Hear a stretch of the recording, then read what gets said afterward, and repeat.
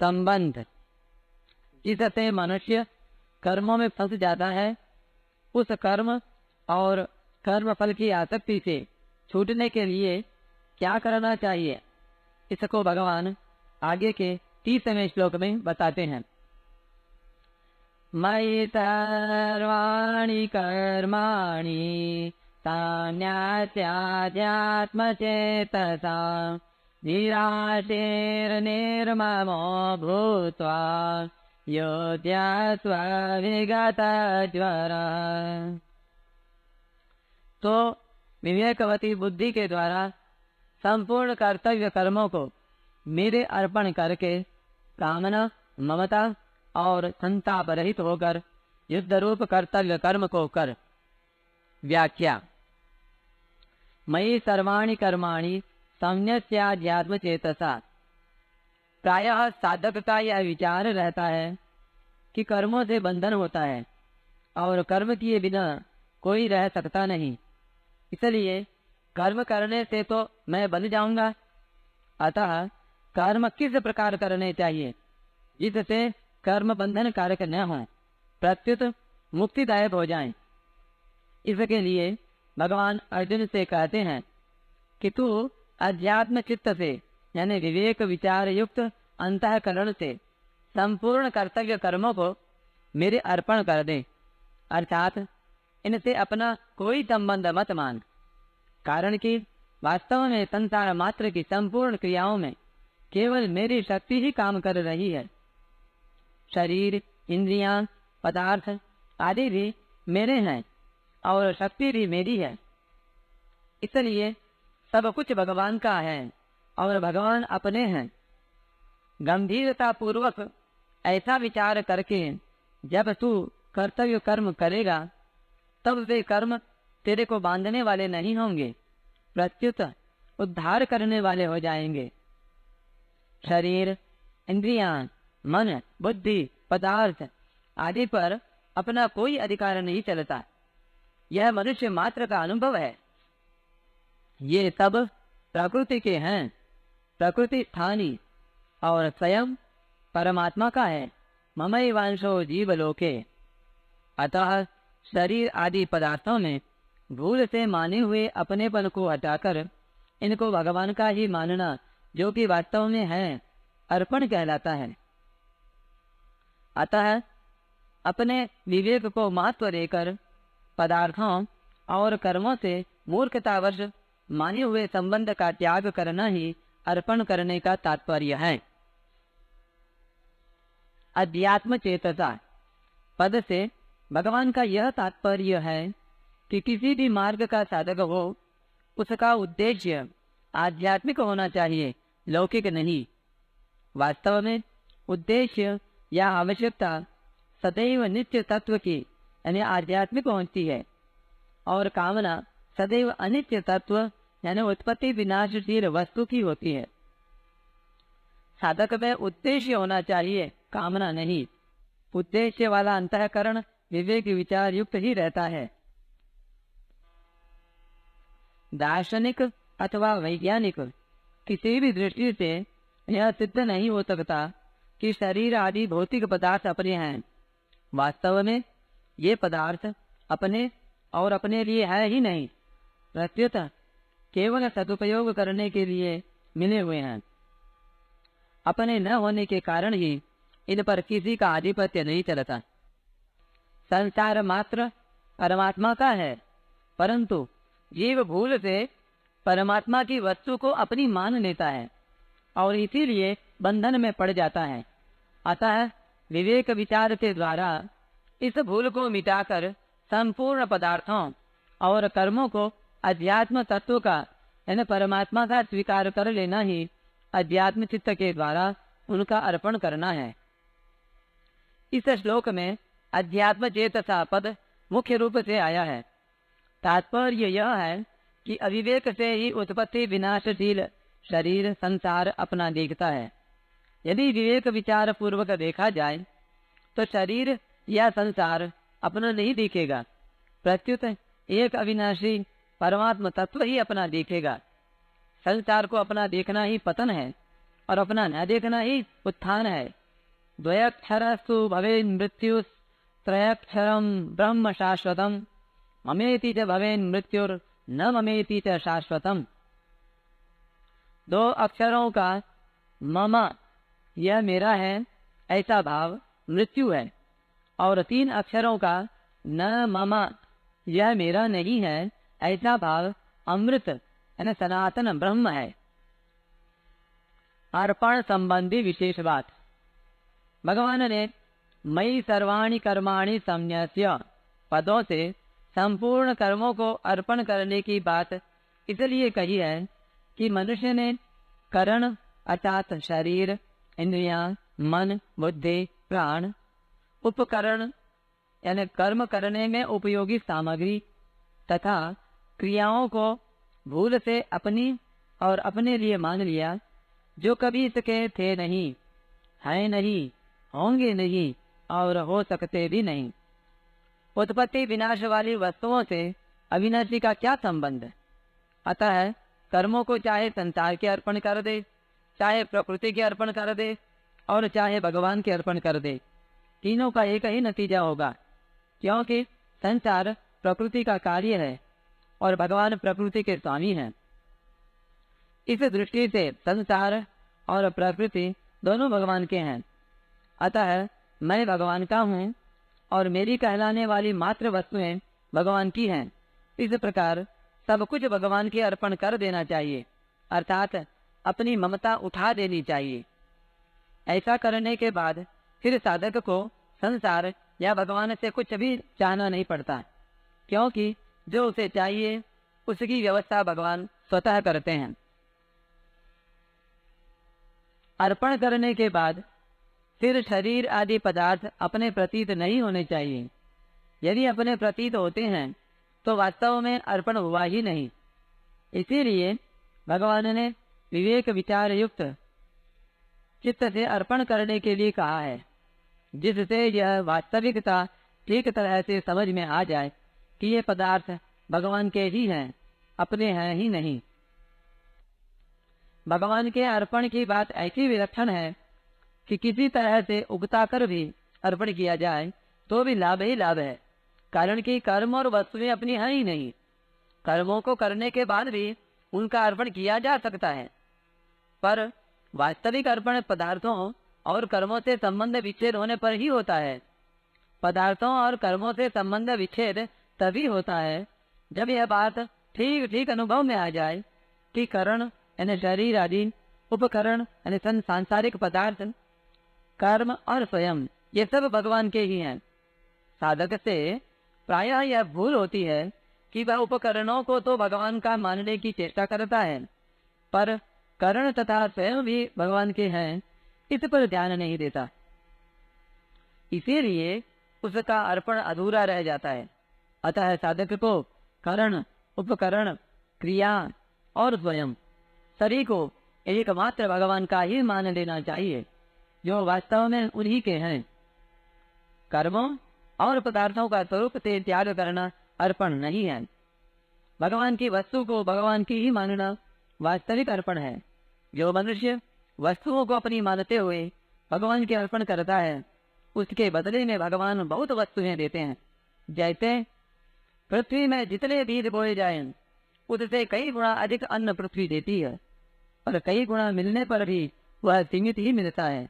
परंतु जो वस्तु को अपनी न मानकर भगवान की ही मानते हुए भगवान के अर्पण करता है, भगवान उसे अपने हाथ को देते हैं और ऋणी भी हो जाते हैं। तात्पर्य है कि वस्तु को अपनी मानकर देने से अंतःकरण में वस्तु का महत्व होने से उस वस्तु का मूल्य वस्तु में ही मिलता है, और अपनी न मानकर देने से स्वयं भगवान मिलते हैं। वास्तविक अर्पण से भगवान अत्यंत प्रसन्न होते हैं। इसका अर्थ यह नहीं कि अर्पण करने से भगवान को कोई सहायता मिलती है, परंतु अर्पण करने वाला कर्म बंधन से मुक्त हो जाता है और इसी में भगवान की प्रसन्नता है। जैसे छोटा बालक आंगन में पड़ी हुई चाबी पिताजी को सौंप देता है तो पिताजी प्रसन्न हो जाते हैं, जबकि छोटा बालक भी पिताजी का है, आंगन भी पिताजी का है और चाबी भी पिताजी की है, पर वास्तव में पिताजी चाबी के मिलने से नहीं, प्रत्युत बालक का देने का भाव देखकर प्रसन्न होते हैं और हाथ ऊंचा करके बालक से कहते हैं कि तू इतना बड़ा हो जा, अर्थात उसे अपने से भी ऊंचा बड़ा बना लेते हैं। इसी प्रकार संपूर्ण पदार्थ शरीर तथा शरीरी स्वयं भगवान के ही हैं। अतः उन पर से अपनापन हटाने और उन्हें भगवान के अर्पण करने का भाव देखकर ही वे भगवान प्रसन्न हो जाते हैं और उसके ऋणी हो जाते हैं। कामना संबंधी विपरीत बात। परमात्मा ने मनुष्य शरीर की रचना बड़े विचित्र ढंग से की है। मनुष्य के जीवन निर्वाह और साधन के लिए जो आवश्यक सामग्री है वह उसे प्रचुर मात्रा में प्राप्त है। उसमें बगौर प्रदत्त विवेक भी विद्यमान है। उस विवेक को महत्व न देकर जब मनुष्य प्राप्त वस्तुओं का ठीक ठीक सदुपयोग नहीं करता, प्रस्तुत उन्हें अपना मानकर अपने लिए उनका उपयोग करता है एवं प्राप्त वस्तुओं में ममता तथा अप्राप्त वस्तुओं की कामना करने लगता है, तब वह जन्म मरण के बंधन में बन जाता है। वर्तमान में जो वस्तु, व्यक्ति, परिस्थिति, घटना, योग्यता, शक्ति, शरीर, इंद्रिया, मन, प्राण, बुद्धि आदि मिले हुए दिखते हैं, ये पहले भी हमारे पास नहीं तो और बाद में भी सदा हमारे पास नहीं रहेंगे, क्योंकि वे कभी उपरोक्त नहीं रहते हैं, प्रतिक्षण बदलते रहते हैं। इस वास्तविकता को मनुष्य जानता है। यदि मनुष्य जैसा जानता है वैसा ही मान ले और वैसा ही आचरण में ले आए तो उसका उद्धार होने में किसी मात्र में संदेह नहीं है। जैसा जानता है वैसा मान लेने का तात्पर्य यह है कि शरीर आदि पदार्थों को अपना और अपने लिए न माने, उनके आश्रित न रहे और उन्हें महत्व देकर उनकी पराधीनता स्वीकार न करें। पदार्थों को महत्व देना महान भूल है। उनकी प्राप्ति से अपने को कृतार्थ मानना महान बंधन है। नाशवान पदार्थों को महत्व देने से ही उनकी नई नई कामनाएं उत्पन्न होती हैं।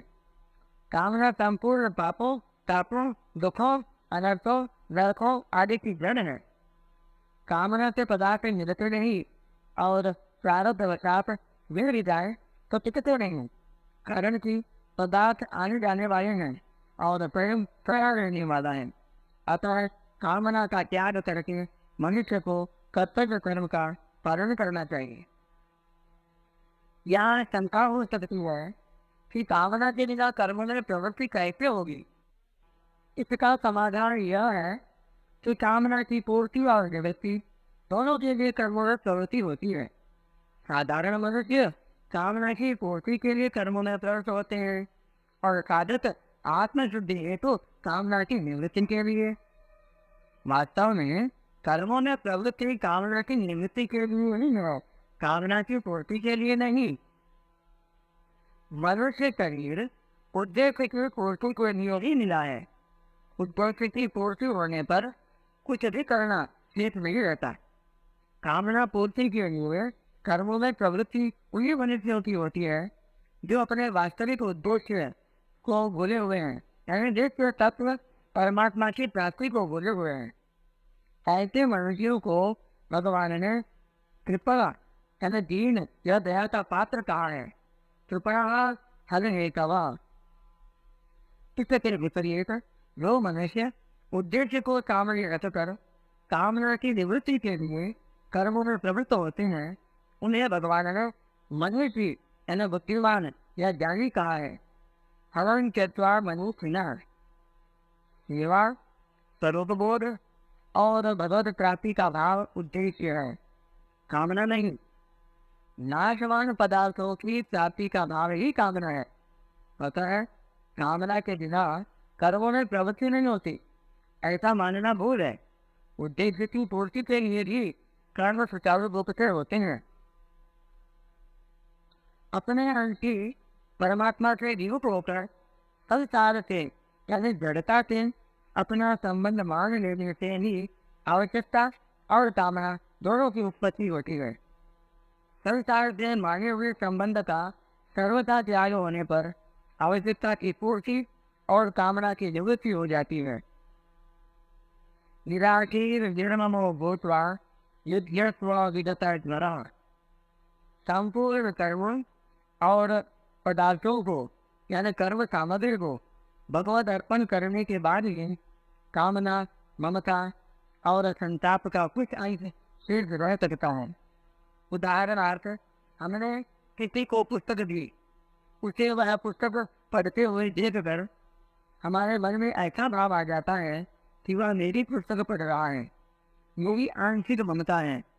जो पुस्तक अर्पण करने के बाद भी शेष है, इस अंश का त्याग करने को ही भगवान अर्जुन से कहते हैं कि तू नई वस्तु की कामना मत कर, प्राप्त वस्तु में ममता मत कर और नष्ट वस्तु का संताप मत कर। सब कुछ मेरे अर्पण करने की कसौटी यह है कि कामना, ममता और संताप का अंश भी न रहे। जिन साधकों को सब कुछ भगवत अर्पण करने के बाद भी पूर्व संस्कार वश शरीर आदि पदार्थों की कामना, ममता तथा संताप जीतते हैं, उन्हें कभी निराश नहीं होना चाहिए। कारण कि जिसमें कामना जीतती है वही कामना रहित होता है, जिसमें ममता जीतती है वही ममता रहित होता है, और जिसमें संताप जीतता है वही संताप रहित होता है। इसी प्रकार जो देह को अहम यानी मैं मानता है वही विदेह यानी अहंता रहित होता है। अतः मनुष्य मात्र कामना, ममता और संताप रहित होने का पूरा अधिकारी है। गीता में नर शब्द पूर्ण नहीं आया है। युद्ध में कौटुंबिक स्नेह आदि से संताप होने की संभावना रहती है। अतः युद्ध रूप कर्तव्य कर्म करते समय विशेष सावधान रहने के लिए भगवान विगत द्वारा पद देकर अर्जुन से कहते हैं कि तू संताप रहित होकर युद्ध रूप कर्तव्य कर्म को कर। अर्जुन के सामने युद्ध के रूप में कर्तव्य कर्म था, इसलिए भगवान युद्धस्व पद से उन्हें युद्ध करने की आज्ञा देते हैं। इसमें भगवान का तात्पर्य युद्ध करने से नहीं, प्रत्युत कर्तव्य कर्म करने से है। इसलिए समय समय पर जो कर्तव्य कर्म सामने आ जाए उसे साधक को निष्काम, निर्मल और निसंताप होकर भगवत अर्पण बुद्धि से करना चाहिए।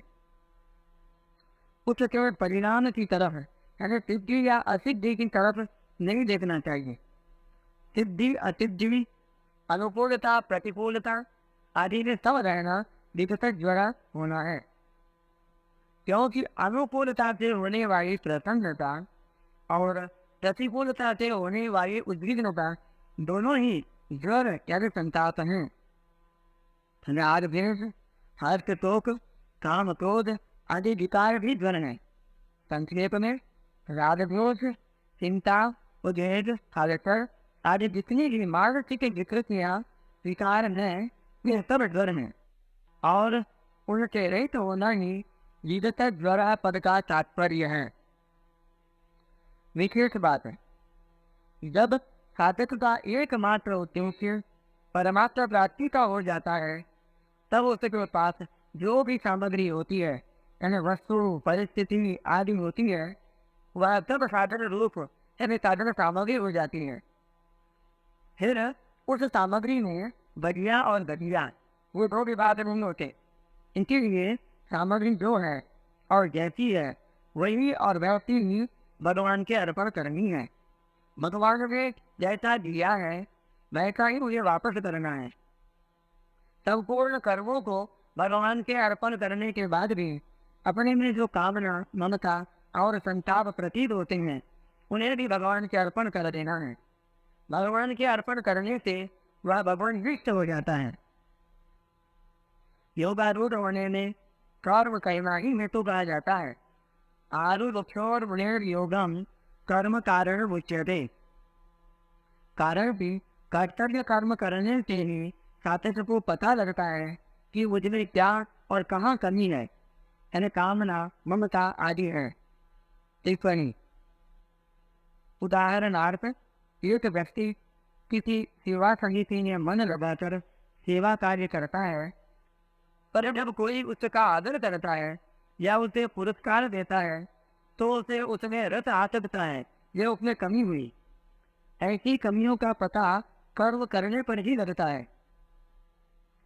इसीलिए 12वें अध्याय के 12वें श्लोक में ज्ञान की अपेक्षा कर्म फल त्याग को यानी कर्म योग को श्रेष्ठ कहा गया है, क्योंकि ज्ञान में साधक की दृष्टि विशेष रूप से मन की चंचलता पर ही रहती है और वह ज्ञेय में मन लगने मात्र से ज्ञान की सफलता मान लेता है।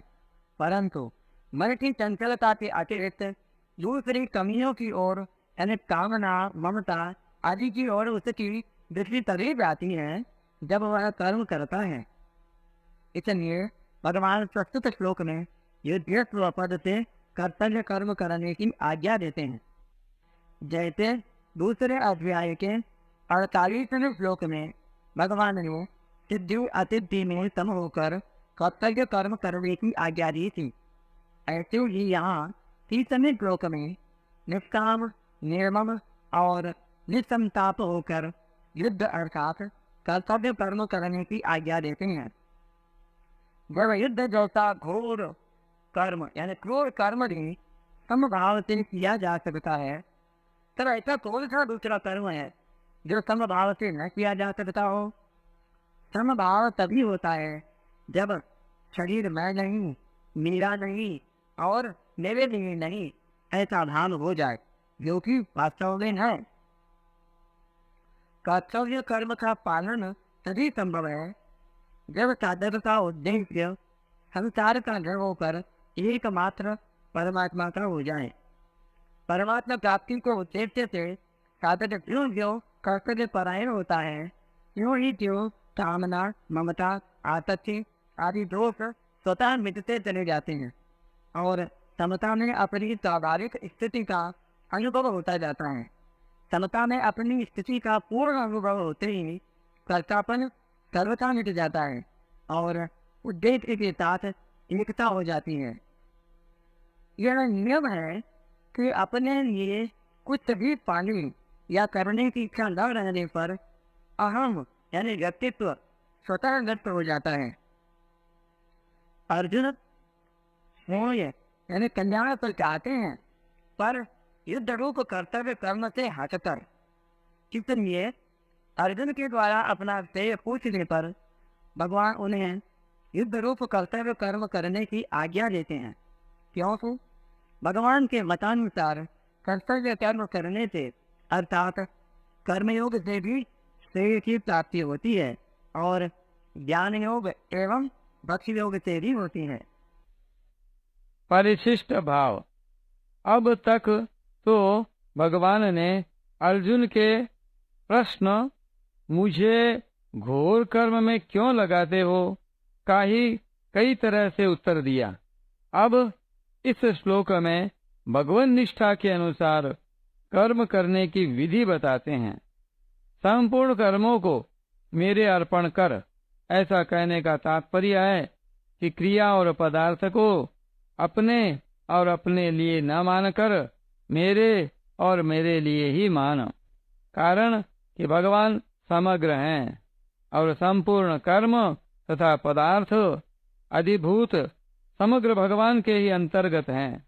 उस समग्र भगवान के लिए ही यहाँ मयि पद आया है। इस श्लोक में मयि सर्वाणि कर्माणि संन्यस्य पदों में भक्ति योग की, अध्यात्म चेतसा पद में ज्ञान योग की और निराशीर निर्ममो भूत्वा युध्यस्व विगत ज्वरः पदों में कर्मयोग की बात आई है।